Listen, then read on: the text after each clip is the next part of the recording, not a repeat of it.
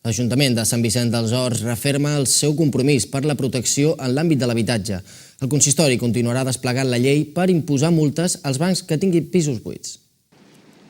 Sant Vicenç dels Horts seguirà aplicant la llei de mesures urgents per afrontar l'emergència en l'àmbit de l'habitatge. El consistori ha reafirmat el seu compromís de continuar desplegant la llei 24/2015, encara que el Tribunal Constitucional l'hagi suspès perquè asseguren que és un atac als drets fonamentals dels ciutadans. Totalment deslleial amb les altres administracions que estem intentant protegir drets socials. El fet de que un govern, com és el govern espanyol, decideixi suspendre un dret social, com és el que intentem protegir, que és el del dret a l'habitatge, ho trobem totalment injust i a més trobem que ho fa un tribunal totalment deslegitimat, és a dir, un tribunal polititzat, un tribunal on el seu president és un militant del Partit Popular.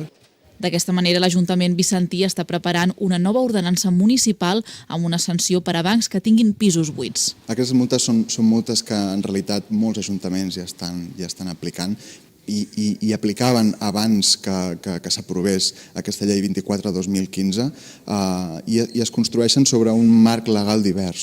Es construeixen sobre l'article 26 de l'Estatut d'Autonomia de Catalunya, que ja preveu el dret de l'habitatge, es construeixen sobre la llei de l'habitatge de Catalunya, sobre la llei d'urbanisme de Catalunya i, per tant, sobre un cos legal que ens hi podrem continuar recolzant i que el que permet és anar carregant els bancs, és anar multant els bancs en tot aquest temps, que els bancs no posin a disposició d'aquests pisos buits als ajuntaments per lloguer assequible o per lloguer social. Per tant, com més triguin els bancs a fer això, a regularitzar aquests pisos que tenen buits i que tampoc en troben cap rendiment, doncs més càrrega se'ls imposarà des de l'Ajuntament en aquest cas. Segons el consistori, en aquests moments hi haurien un total de 117 pisos desocupats.